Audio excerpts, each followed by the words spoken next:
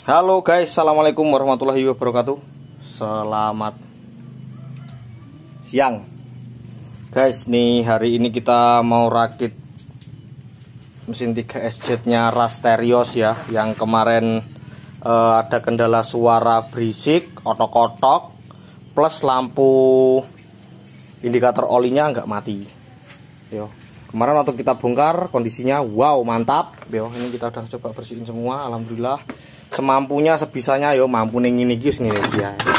Yo, mampune gini. Yo, sak mampune. Yo. Sak mampune kok ngantek kena nggo ngoco Mas. Di mampune ngono kuwi yo guys, guran. Ini terahno buruh nyuci ning kene iki enggak buruh sing neko-neko yo. Oke. Ini kita mau rakit. Kita cek pistonnya yo kemarin sekilas waktu kita bongkar itu kayaknya ini mesin rusak parah banget yo. Kita nggak bisa pakai lagi, atau kita harus quarter, atau kita harus beli crankshaft, atau kita pokoknya banyak bayangan yang mengerikan gitu yo. Tapi kan kita nggak tahu. Nah ternyata nih mesin masih nasib bagus meskipun kondisi waktu kita bongkar seperti kemarin.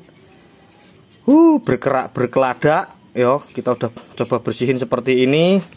Nah kebetulan piston setelah tak cuci, karena biasanya tak cuci dulu nggak dicuci dulu, kita langsung berangkat quarter, kita cek hasil ukurnya di sana seperti apa, pulang baru diukur, karena kadang hasil ukur di sana menentukan bahwa kita harus quarter atau tidak. Nah kan ini kemarin karena unit datangnya H-3 sebelum lebaran kan, jadi kita bongkarnya ini H-3 selesai lebaran sekitar 15 hari kita baru berangkat belanja.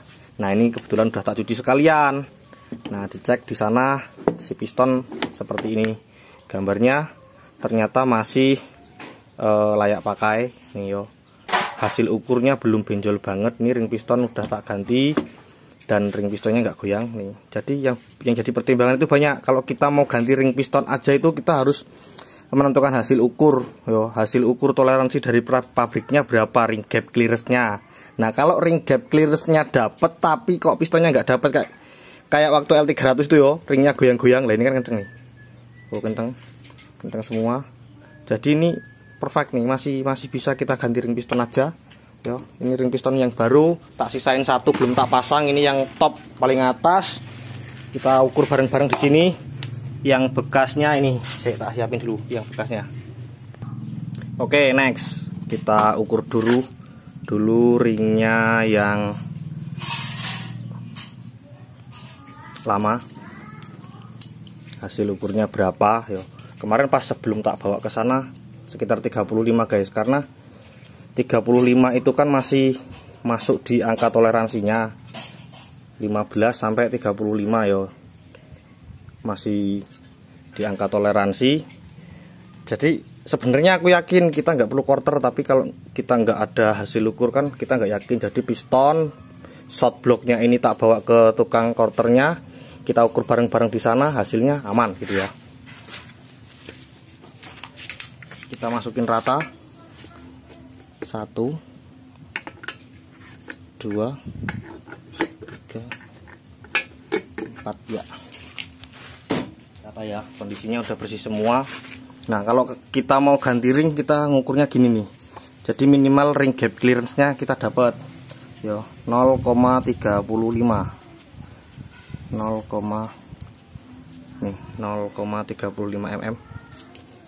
Oke, kita masukin satu-satu. Masuk yo, masuk ringan. Nah ini insya Allah rata semua nih, sama semua nih 0,30. Oke, 35 ya, berarti dia masih masuk toleransi. Ketika kan nanti kita ganti ring pistonnya yang baru, kita lihat berapa ring gapnya baru ya, belum tak buka ya, kita belum ukur bareng-bareng ya. Oke, baru ini sama-sama yang paling atas. Kita lihat hasil ukurnya seperti apa. Ini ada tanda, kelihatan nggak? T tanda atas.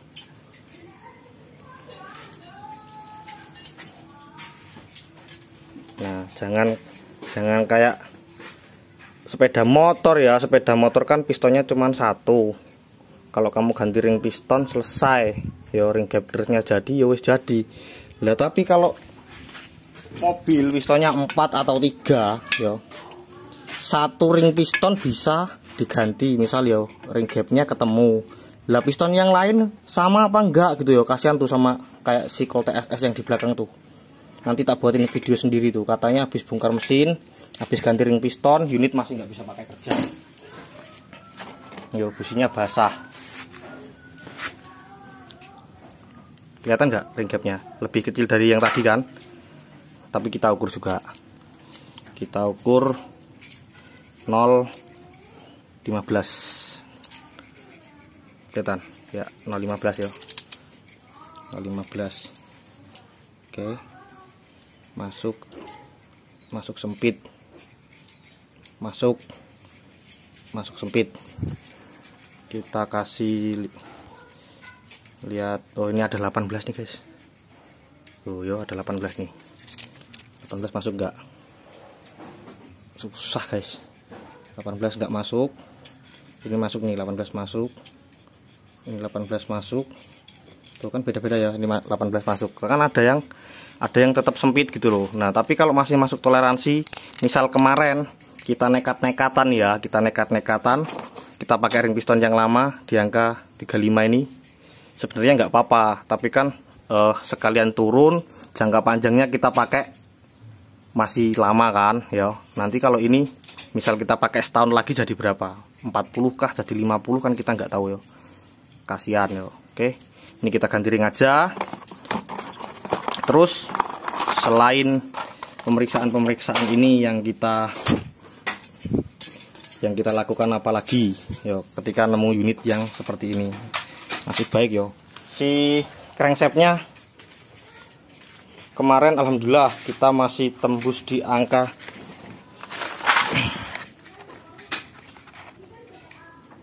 0,25 rata yo. Duduk jalan 0,25 semua. Padahal waktu kita bongkar ngeri yo. Waktu kita bongkar sampai kayak gini nih metalnya nih. Yo, kayaknya askreknya nggak bisa ditolong lagi. Yo.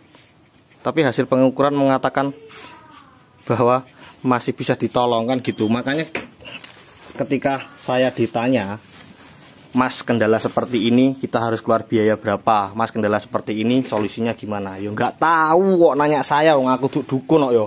Lah kita bongkar ini kemarin parah loh, parah sampai kayak gitu. Hasil ukurnya mengatakan lain gitu. Jadi kita masih bisa mengerjakan ini dengan biaya yang minimal gitu yo, nggak terlalu banyak seperti biasanya kan gitu. Nggak seperti biasanya yang sering unit datang kita cek, kita bongkar, kayaknya unitnya sehat-sehat aja, ternyata ring gap clearance-nya 60, 80, bahkan ada yang 100 yo. Kan gitu. Nah, ini seperti ini. Tuh, koltenya tuh udah tak bongkar, udah turun sih, tapi belum dibelah. Tuh. Yang katanya habis ganti ring piston, tinggal bongkar nanti sore kalau nggak besok yo. Kita rakit ini dulu aja. Oke, terus dari sini setelah kita cek ring piston yo, ring gapnya berapa, terus di sininya goyang apa enggak yo. Kalau di sininya goyang mau nggak mau, karena goyang kan mending quarter sekalian daripada kita beli piston. Ya kan, kita cuman beli piston sama-sama persis standar, jadi kayak si kuda kemarin. Tak cerita nih sing ruwet-ruwet malahan ya guys, tak curhati. Ingat gak nih, ini si kuda nih, videonya kemarin tak upload beberapa hari yang lalu. Ini standar, kemana nih? Ini standar nih, kayaknya kasusnya sama, dulunya seperti itu. Nah karena mungkin di bagian ringnya sini goyang, maka diputuskan untuk ganti piston dan ring piston, tapi nggak quarter. Yo ruwet guys, yo nggak bisa dipakai lama. Itu si ownernya baru beli sekitar 1 tahun, akhirnya turun di sini mesinnya. Oke, ini begini, kita lanjutin, tak balik dulu. Oke, untuk mesin 3SZ, nah 3SZ itu kan dia pakai oil jet. mana? Dia pakai oil jet. Terus kalau kondisinya kayak kemarin Mas, apakah oil jetnya kita harus ganti? Jangan toh guys, sedikit ganti. Cuci dulu bersih, periksa dulu, baru ganti. Kalau memang benar-benar nggak bisa dipakai ya. Barang sekecil ini mahal loh guys. Ini buat beli ring piston aja cukup loh. Yo, nih oil jet. Tuh, kelihatan kan? Valve checknya kelihatan. Nah ini cuci dulu, rendem kalau ada karbu cleaner, kalau nggak ada solar nggak apa-apa. Terus nanti ditusuk-tusuk pakai jarum, tak praktekin. Oke, dibersihinnya, ditusuk-tusuk pakai jarum gini sambil dirasain pernya masih bisa bekerja. Oh, masih bisa, nggak ada yang patah pernya. Biasanya kan patah. Nah, masih aman. Yo, kelihatan nggak tuh? Nih, tusuk satu-satu tuh. Masih aman, masih bisa bekerja. Jadi oil compressionnya nggak bocor ya. Ketika ini valve-nya bocor, kena kotoran, macet, kondisi terbuka, tekanan oli keluar lewat sini, yo banyak yang keluar lewat sini, jadi oli tetap misal naik itu presurnya kurang dapat gitu ya. Oke, ini masukin di tengah sini, 1, 2, 3, 4 nih. Nah ini oil jet. Oil jet itu tuh enak toh masangnya kalau kamu nyucinya bersih tuh. Kemarin nyopotnya dipukul loh. Tuh. Nah toh. Loh. Oke. Nah, gini. Nah. Oke. Nah, kan gitu. Nah, nggak jadi beli. Ini kalau beli satu bijinya 450.000. Ini enggak Grand Max yang dari Rumbia. Yang salah satu isi oil jetnya diganti pakai setir karburator motor sama bengkel yang lamanya. Ya kan? Makanya unitnya baru 1 tahun katanya. Bongkar mesin jebol lagi. Pas kita bongkar jadi rekor bongkar mesin Grand Max termahal, ya kan? Habis berapa itu? Yang di nota itu 12 juta sekian ya. Oke. Ini begini pemeriksaannya, terus apalagi yang harus kita periksa lagi kalau kasus oli nggak naik atau kita waktu bongkar-bongkar yo. Ini ada lubang di sini 1, di sana 1 ngadep ke depan sini, yo satunya ke belakang sini. Yo ini lubang regulator valve. Pastiin lubangnya bersih biar nggak jadi kasus kayak unit yang kiriman dari Rawasido. Ingat nggak Avanza? Puasa-puasa 1 tahun yang lalu. Si regulator valve diganti baru. Yo ini enggak nih, masih yang lamanya dicuci bersih. Yo. Nah, regulator valve sampai diganti baru tapi oli tetap enggak naik. Lampu indikator olinya masih tetap nyala, suara mesin masih tetap berisik. Ternyata lubangnya di situ ada kotoran. Nah harusnya kan nutup di sini, di pinggir ini. Nah kayak klep gitu. Yo, harusnya nutup di sini.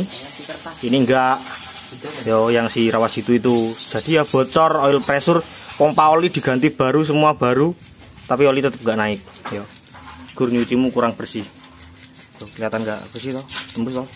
Oke. Sido wi, duitin ceteng wi. Yo, tunggu pira wi. Wi. Tunggu pira wi. Oke, nanti kalau ada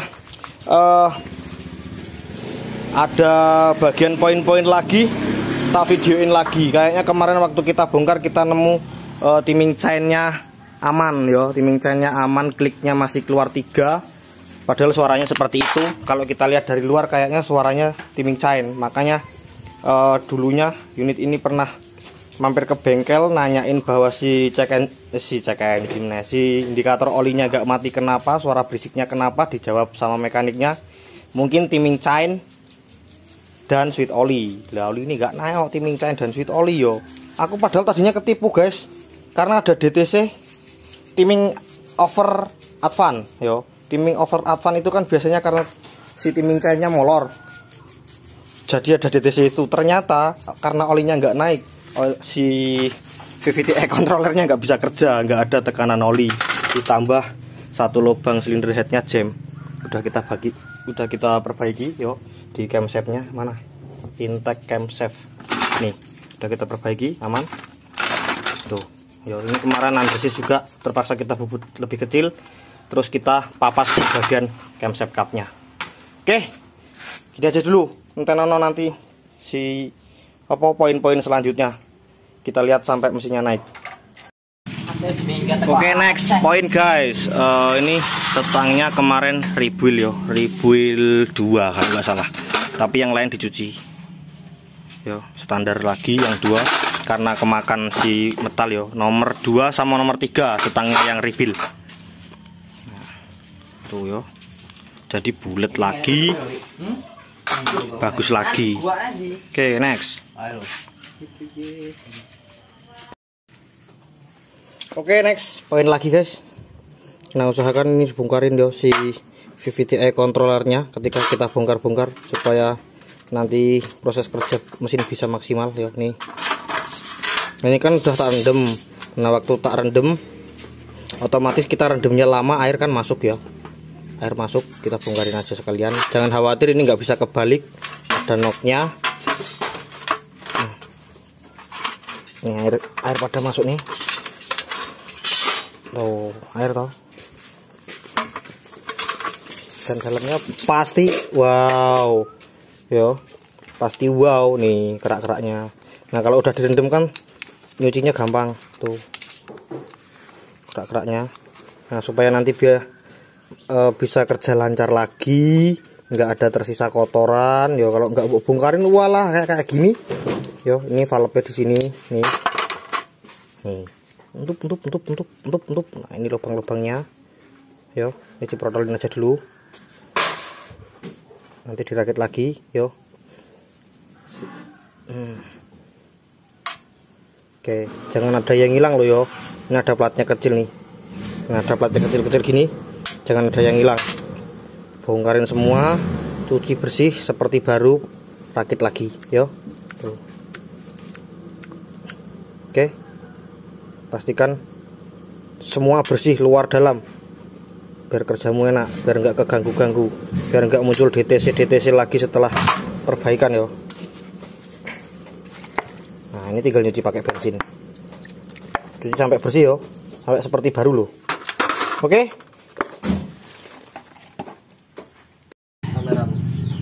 Oke, next guys, poin yo. Poin kliknya masih keluar berapa tuh? Yo, 2. Oke, aman. 80%.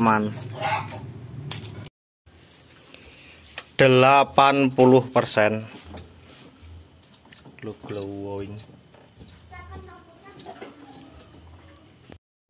Oke, next. Bleeding.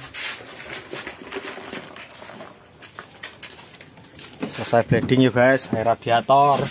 Bleeding dulu fuel atau BBM-nya 1, oke.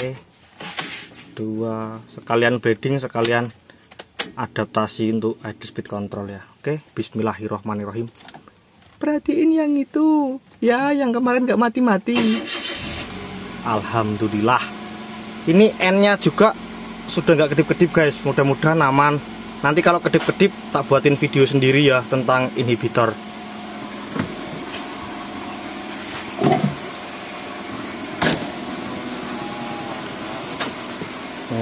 Reservoirnya masih dicuci. Oi, kemebul oi. Oke. Halus.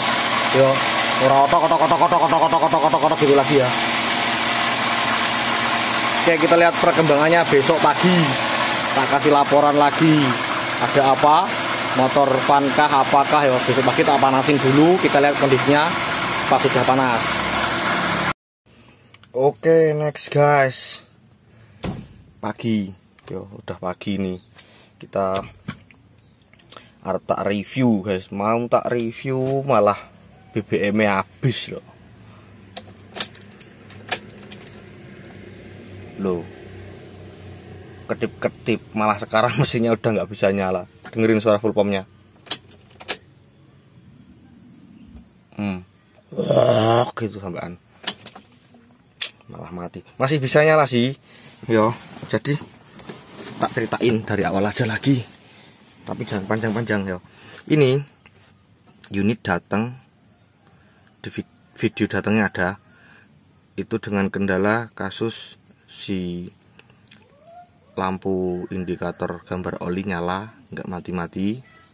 Setelah kita bongkar metarnya pada gulung, setelah kita kerjakan, kita lakukan pengukuran di bengkel bubut, ternyata si crankshaftnya masih bisa oversize 25 rata ya, jurnal bearing dan conrod bearingnya. Terus ring piston dan pistonnya aman, jadi kita cuma ganti ring piston aja. Terus pokoknya banyak yang aman. Nah, timing chain juga aman ya, karena ada DTC timing chain dan di sini ada DTC matic, D-nya kedip-kedip. Alhamdulillah clear. Ya, kondisinya sekarang seperti ini. Lampu indikator olinya. Tapi ini bentar guys, bentar mati karena BBM-nya habis ya. Oh. Start langsung mati ya. Kemarin sore itu si apa tuh mati-mati tuh habis.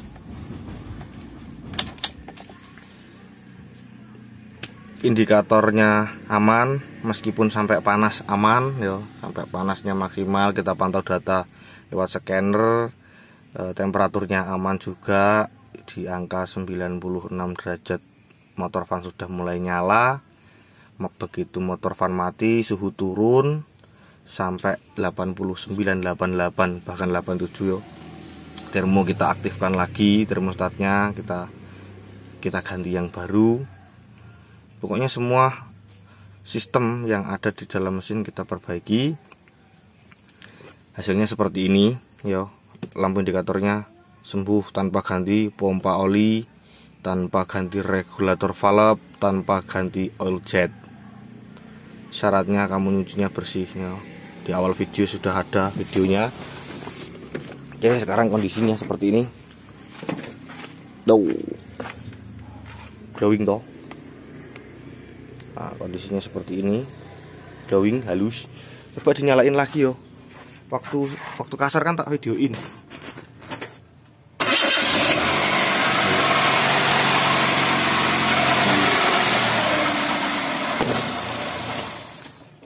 Halus toh.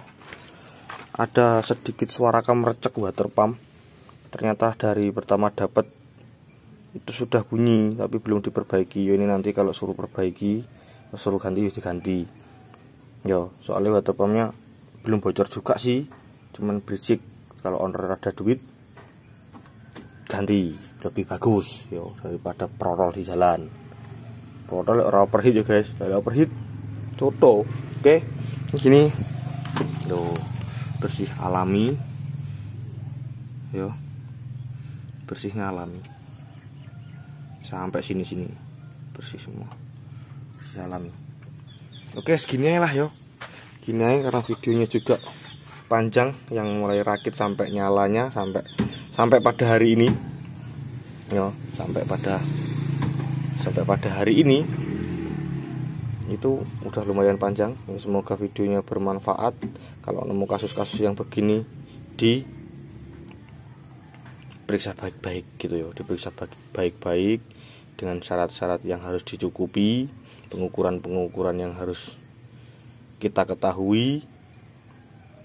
Dan sekali lagi, kami mekanik bukan dukun ya. Seperti contoh unit ini, kita lihat waktu mesinnya dibongkar itu parah banget.